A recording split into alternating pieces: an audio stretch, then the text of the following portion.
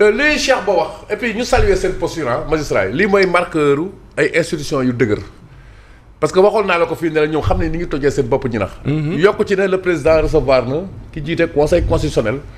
parce que lii mooy tradition wu Sénégal état kenn du ko def ci mbedd vraiment monsieur Cheikh ba démb boo dégloo interview bi dafa am responsabilité personnalisé wul débat parce que ñun ñëpp Sénégal daf ñu sut daal voilà ñun principe bi mooy loolu ñun Sénégal moom moo ñu sut bu ñuy wax rek na Sénégal tax mais bu kenn topp sa një di wax pour sa intérêt personnel Yacine ci suñu taarixu réew mi dañ koy fàtte suñu démocratie dafa amoon benn moment boo xam ne bii xam nga nu mu koy waxee sax période enfance wala adolescence di màgg mu am ay crise mu am ay crise yu bëree bëri ba 1988 pourtant am magistrat waxtaan yi nga xamante ne moo andi ñu gën a rafetal suñu démocratie am magistrat boo ko jiite woon mooy suñu baay wala suñu maam Kéba Mbaye commission cellulaire boobu moom moo ko jiite à partir de après la présidentielle de 88 xam nga loolu moo dem ba andi code consensuel te code consensuel boobu esprit boobu moo andi li nga xamante ni moo di première alternance démocratique am magistrat ñoom seen bopp dañuy am souci wu gën a defar démocratie bi Assane Bassirou Diouf moom moo interpellé Abdou Diouf ci rentrée des cours et tribunaux en 91 après interpellation boobu lañ jug def réforme yu mag yi nga xamante ni moom moo andi woon conseil constitutionnel ak yooyu mais malheureusement toujours am magistrat la ñu faat ci biir présidentielle 1993 muy ki nga xamante ni moo di Babacar Seye et pourtant teewul après politiciens yooyu doon xuloo après àndaat nañu li mooy dëgg parce que man xam nga lu ma bëgg rek c'est-à-dire que concernant lu soxal mbiri le premier ministre Ousmane Sonko am nga droit nit tamit parce que comme ma ko waxee magistrat yi du lépp moo set si ñoom du lépp moo baax si ñoom vous voyez parce que toute vérité est relative mais bu Ousmane Sonko di interpeller magistrat dama bëgg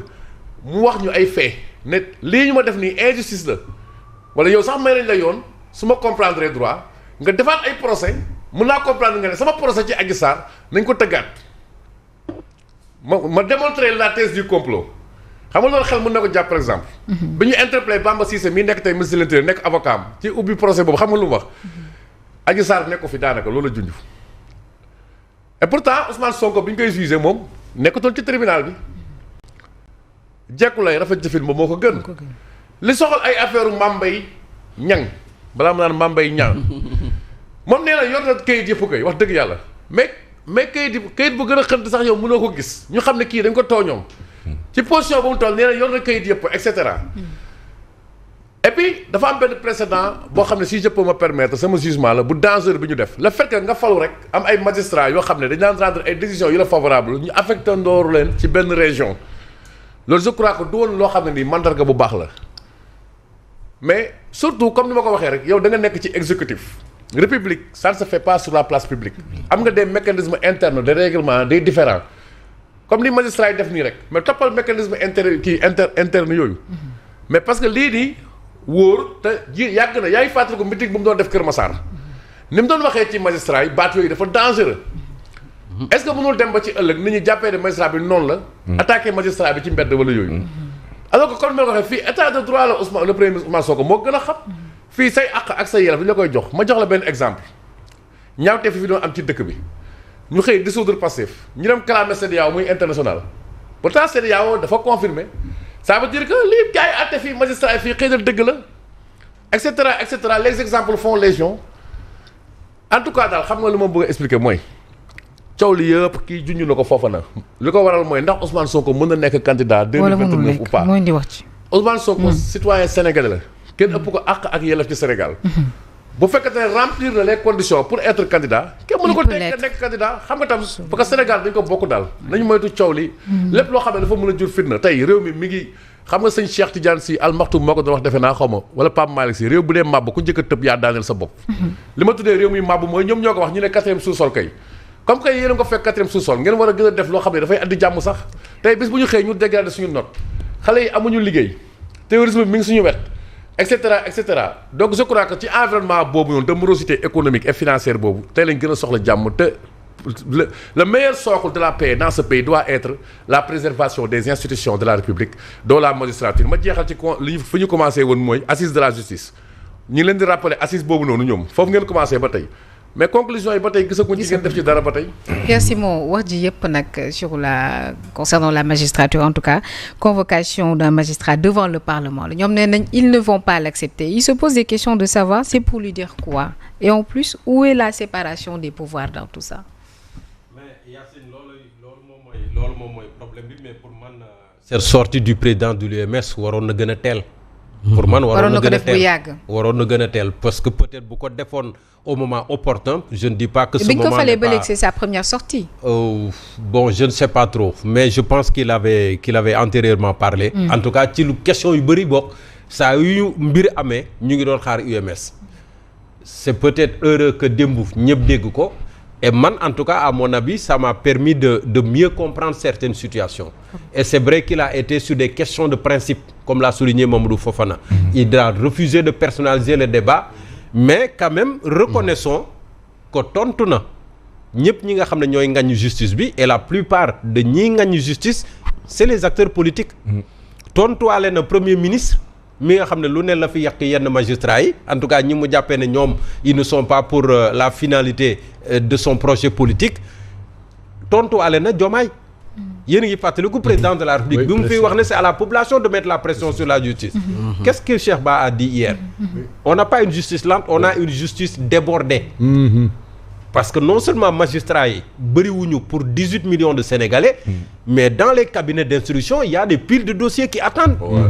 def naa cabinet bi ci gën a néew ay dossiers c'est dans les 100 200 quelque chose comme ça sinon c'est dans les 400 500 600. paraît-il que ñaari juge d'instruction. oui ci instruction yoo xam ne war nga mën a dossier yooyu dossier bu ne dans une parenthèse de 6 mois. c'est assez énorme. C'est assez énorme donc. Les acteurs politiques plus d'indulgence mais situation bi yëpp li ko indi mooy lan mooy li Thierno doon jéem a développer sànq. Ces acteurs politiques nga xam ne gisuñu seen bopp ci ni justice bi di doxee parce que c'est des décisions qui ne leur sont pas favorables ils s'arrogent le droit de critiquer wala même di jéem a jeter le discrédit sur certains magistrats alors que magistrature bi dafa am indépendance su boppam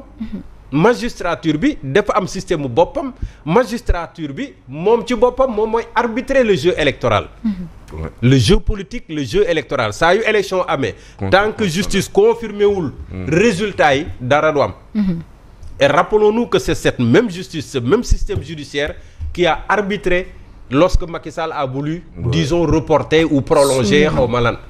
ñu ne ko ñett à délai échu à date échue donc quand même magistrature bi nañ leen nangul ñoom seeni pas-pas ci seeni liggéey beneen affaire bi man bi ma déggee ne le président de l'UMS dafay def une sortie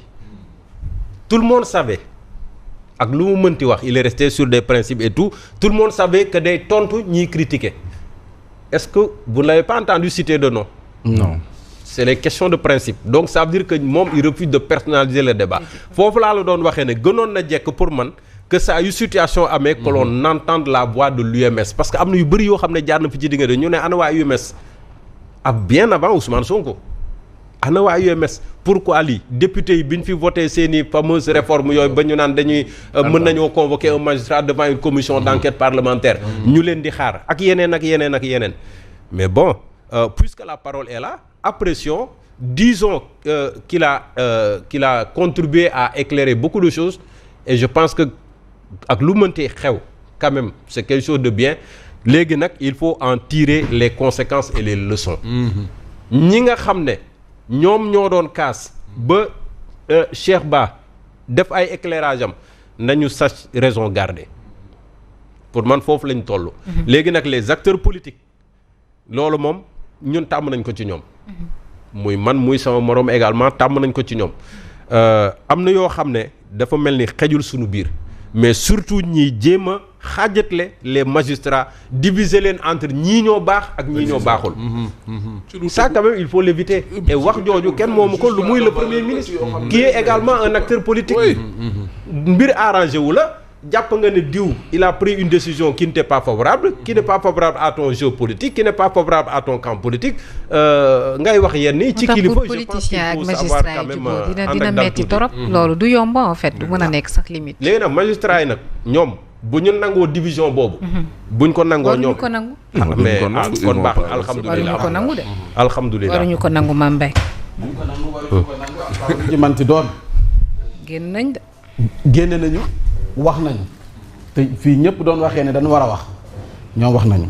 et surtout ci antenne RTS. nañ ko waxee. ñëwul Sen TV ñëwul TFM ñëwul 7TV. Très loolu bien. tamit beneen lecture la. Télé nationale. Télé nationale. waaw Diomaye dafa siffler la fin de la récréation. donc ñenn ñi nga xam ne ñoo doon balballu di cëppi du fëgg dënn il faut ñu xam ne nag réew mi wax fa dëgg neex yàlla nag il est temps ñu tegu ci yoon bi. bu ñu tardewul sax. dëgg la. parce que de mënuñu di concevoir benn justice boo xam ne à un moment donné militants yi ñooy xatraay yi naan convoqué leen kii ñu daal di koy convoqué jàpp leen diw ñu